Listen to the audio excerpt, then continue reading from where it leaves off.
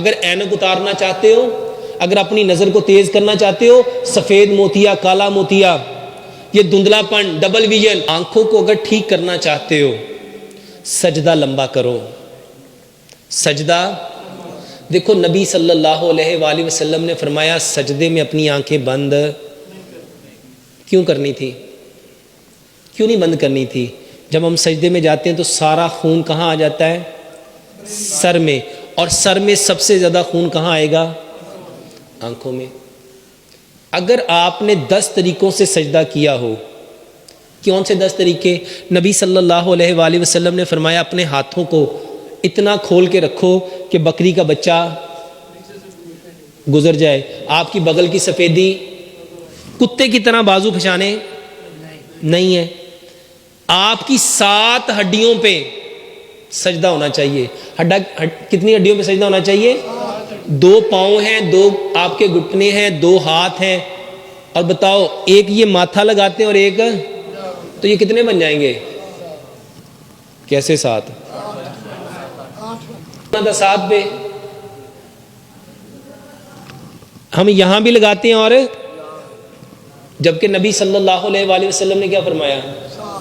میرے محترم بھائیو، ناک کو خاک آلود کرو، یہاں سجدہ کرو۔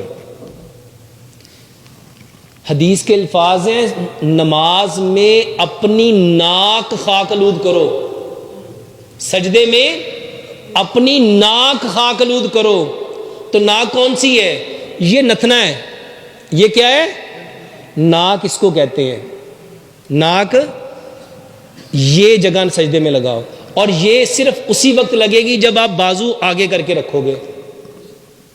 جب بازو قریب رکھو گے تو میرے محترم بھائیو یہ ماتھا لگے گا۔ اس کے بعد آپ نے آنکھوں کو سجدے میں بند، اپنے دونوں پاؤں آپس میں ملاؤ، اپنے دونوں پاؤں آپس میں ملاؤ، اپنی پاؤں کی انگلیوں کا جو پیٹ ہے اس کو زمین کے ساتھ چپکاؤ، اپنی ایڑیوں کو آپس میں ملاؤ، اپنی ہپ کو پورا اوپر اٹھا کے رکھو، اور زمین کی سختی محسوس کرو، زمین کی۔ میرے محترم بھائیوں، یہ آنکھوں کا نہیں، واللہ 80 بیماریوں کا علاج ہے۔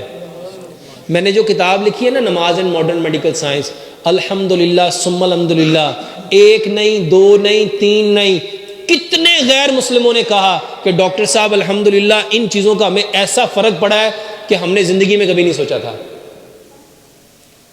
آنکھوں کے لیے اس کے ساتھ کیلے کے ساتھ دانت صاف کرو، کیلے کے ساتھ 1.5 انچ کا کیلے کا ٹکڑا لو، اس کو میش کرو اور اس کے ساتھ برش کرو رات کو۔ صبح اٹھ کے کلی کیے بنا بسم اللہ پڑھو، سورۃ فاتحہ پڑھو، اپنا تھوک لو، اپنی آنکھ کے اندر تھوک ڈالو، اپنی آنکھ کے اندر۔ دیکھو نبی صلی اللہ علیہ وآلہ وسلم کے دور میں جب حضرت علی رضی اللہ تعالیٰ عنہ کی آنکھیں خراب ہوئیں تو نبی صلی اللہ علیہ وآلہ وسلم نے ان کی آنکھوں میں کیا ڈالا؟ تو یہ تھوک ڈالنا کس کی سنت ہے؟ تو ہمیں اللہ سبحانہ وتعالیٰ نے کس کس طریقے کو فالو کرنے کا حکم دیا ہے؟ لیکن سچ بتاؤ کہ ہم اپنی آنکھوں کی بیماریوں کے لیے کبھی تھوک کو استعمال کرتے ہیں؟ اچھا، وہ زیادہ سمجھدار تھے کہ آج کے ڈاکٹر سمجھدار ہیں؟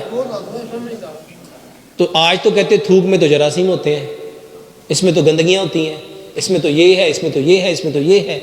میرے محترم بھائیوں، کبھی کر کے دیکھو، انشاءاللہ آنکھوں کا بہترین علاج ہے۔ اگر اینک اتارنا چاہتے ہو، اگر اپنی نظر کو تیز کرنا چاہتے ہو، سفید موتیا، کالا موتیا، یہ دھندلا پن، ڈبل ویژن، صرف سجدہ لمبا کرو، کیلے کے ساتھ رات کو دانت صاف کرو، اور صبح اٹھ کے اپنا تھوک اپنی آنکھوں کے اندر ڈالو، اور تھوک لے کے اپنے آنکھوں کو ایسے اوپر کر کے تو اس کو ایسے ڈال کے تو پھر اس کو ملنا ہے۔